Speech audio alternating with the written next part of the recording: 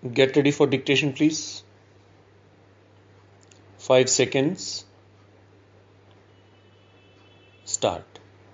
Sir, I must thank the honorable mover of this bill for the opportunity that he gave to the House and to myself on behalf of the government to discuss this very important measure.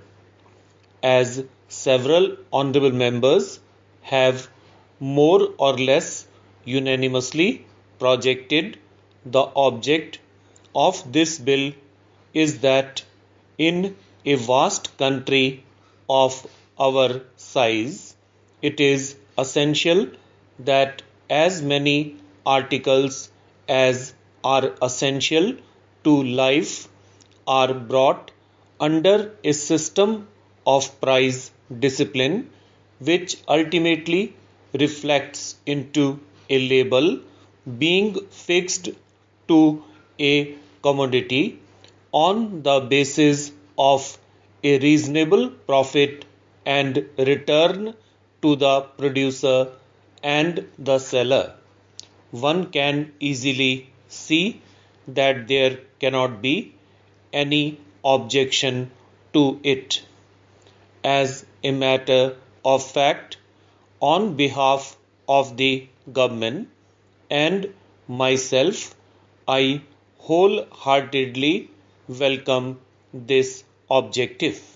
The principle underlying the bill and the mechanism thereof, as pointed out by the last speaker and by various other speakers, are the two very important ingredients of a piece of legislation like this. Now, the legislation, as has been drafted and proposed here, is totally inadequate either from the point of view of principle or from the point of view of mechanism which it has before it as its objective. It is one of the most Herculean tasks that can be faced by any civil or other type of government administering any such vast country. I would therefore say what measures this government has taken since independence up till now in this respect, and they may be enumerated by me in a brief way before the House. We had enacted in 2005 the Essential Commodities Act, which had replaced an earlier ordinance which came from the war years, whereby the government was empowered by that statute of parliament, and before that by the ordinance, to declare certain commodities as essential as given in the schedule of the Act. It has been further amended 3 times by the central government. It is one of the most comprehensive measures to bring under the orbit of legal power the power to declare certain commodities as essential and to regulate the sale thereof at every stage. My friend mentioned a very important point, that there are many stages of a transaction.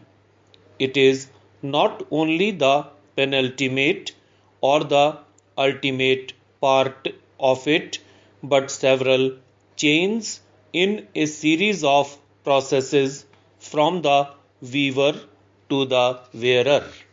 Therefore, I would only draw the attention of the honorable mover of this bill and of the friends who supported this bill that a substantive legislation has to be very comprehensive before it can be legislated on the anvil of Parliament.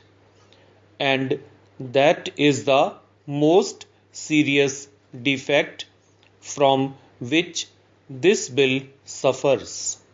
We have in the armory of Parliament a legislation again reinforced by the Defence of India Act with a very laudable objective, which is before this national government of ours and every section of the House. That is why there is no need to have any public opinion on this. I do not think that anywhere in this country or anywhere in the world will people dispute the need of a reasonable price being charged from a consumer by a retailer or a wholesaler or a producer. That is an objective which is very much in the air, which is accepted, and with a bargaining capacity, one does desire to have the reliability or dependability of a shop when one goes to purchase some merchandise. Then comes the mechanism. A serious defect in this very oversimplified, small, brief piece of legislation is that everything must have a central seal. In a country so federal and so vast as ours, to have a piece of legislation with a central seal like this will mean havoc.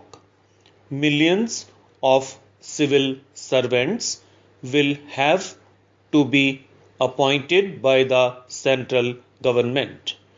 God knows how many crores of rupees will have to be spent in appointing this staff to have all the things needed to control the price in such a vast country. More money will have to be paid out both by way of administration and in various other ways. Therefore, such a legislation has got to be very much viewed with circumspection, and so both from the point of view of principle and of mechanism, I would say that the bill requires very serious modification. Practically, the original draft is untenable either as a groundwork or framework or as a basis. You cannot declare all commodities to be immediately brought under the purview of this law. There should be a selective, phased approach. Firstly, we take those articles which are absolutely essential and basic to life, those which affect most the poor man's daily family budget, and then over a period gradually we go along, and the social discipline becomes a national discipline which everybody understands. Various state governments have declared several commodities as essential to life and have stipulated certain prices, and in some cases there has been even the fixing of labels.